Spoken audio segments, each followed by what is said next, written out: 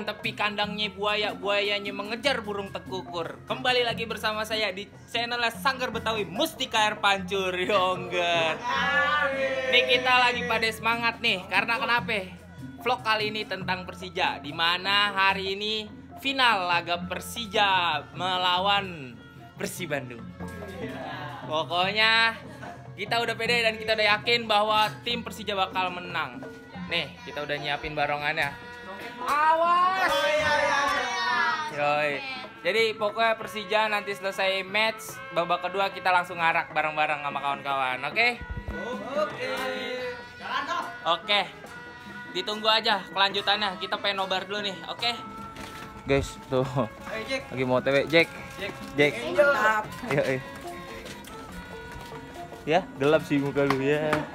Atau lebih dari 2 gol untuk bisa langsung menjadi juara di Piala Menpora 2021. Sementara Persija Jakarta, mereka hanya membutuhkan hasil seri dari laga ini ataupun kalah dengan skor hanya 1 gol dalam pertandingan di leg yang kedua hingga di final Piala Menpora 2021 yang memang tidak